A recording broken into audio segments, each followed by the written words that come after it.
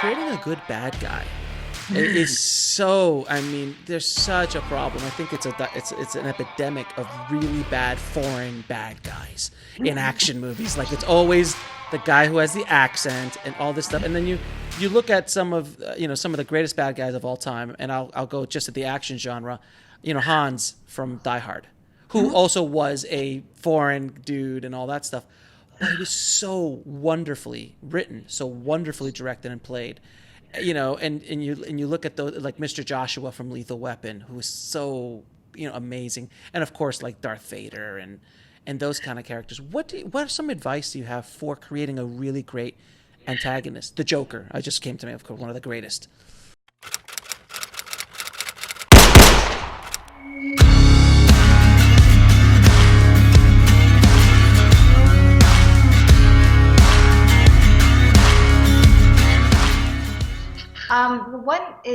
With the Joker from The Dark Knight, you're talking about? Mm-hmm. No, the 1969 Adam West version. No, I'm joking. You never know, right? So if there is, I wish I could quote it right now, but I actually show the log line of the Joker from The Dark Knight in one of my classes, because his log line is that he's somebody who is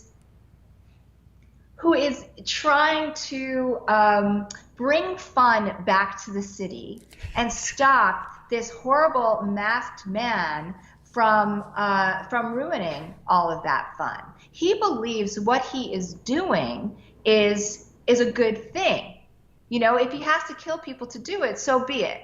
So every bad guy has his or her own log line, and my first piece of advice is, what is their logline? What's their movie, right? So as they're looking in on these scenes, how do they feel they're the hero? And I'm certainly not the first person to say that, but it is worth it to actually go in and go, what is your antagonist's logline?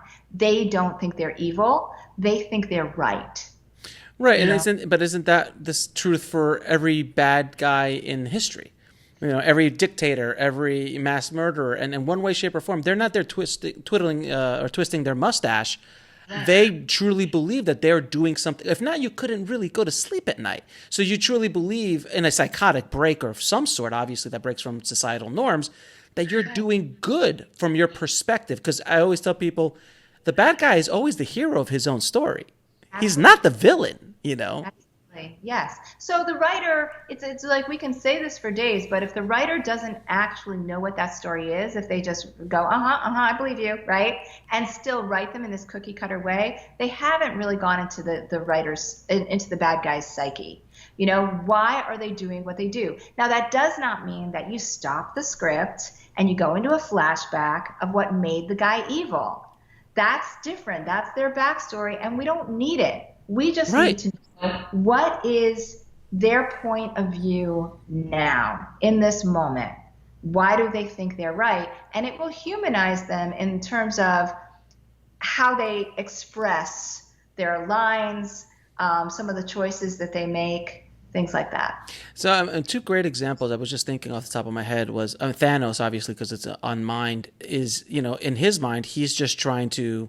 It's the universe is overpopulated, and there's just too many people, so we're just going to get rid of half of the universe. Yeah. That's his point of view. He's like, I'm just trying to help, and then right? That's basically Thanos. I think to the actor's gentle voice that he uses. Yeah, right. Right? He doesn't, even though he's huge, he's always kind of explaining this like he's a philosophy professor, right? Yes, Josh Brolin. Yeah. Right. And so I think it goes with, again, the point of view is very clear, so the actor is able to now interpret it with more depth than usual. Yeah, and a lot of the Marvel movies, that's one of the weaknesses of those Marvel movies, is that the antagonist always, a lot of times, wasn't as strong as the protagonist. The protagonist was so well developed, but the antagonists weren't. Thanos is a good one, but the other one in Black Panther was wonderful because you just felt bad for him. Because he was so. You remember Black Panther? Monger. I forgot his name. Warmonger. But Warmonger, I think his name was. But he's basically his he's like a stepbrother or a cousin. He's a cousin to Black Panther, and he never got raised in Wakanda. He was thrown out in the street, and he was rejected. Right. And we do see a little of his backstory Right. too. That triggers it. Right, Yeah. and he just wants to come back and take what's his. I mean, because it's obviously wrong what he's doing, but you get it. Like you're Right. like, if I was put in that position, would I make those choices if I had that situation? You know, and that's what really humanizes that character. Like even the main character felt bad about, spoiler alert, when he doesn't win at the end.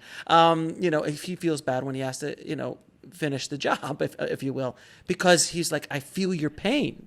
I do, and that was what made, I think that made that movie such a hit, as well as all the other cool stuff that happened in it. But without that great antagonist, I mean, what is Star Wars without Darth Vader? Like, Right. Right.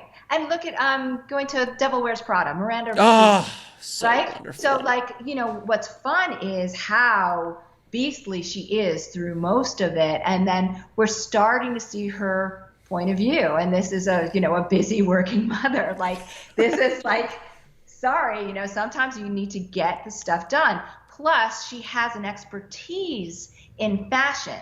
So when she's cutting your protagonist down to size, she's not just saying you're stupid. She's saying you don't understand the industry you're in, and this is why. And she's right. Yeah. So you can't help but go, oh yeah, I wish you hadn't been so mean to the protagonist, but you were right. I get you. Yeah. Yeah.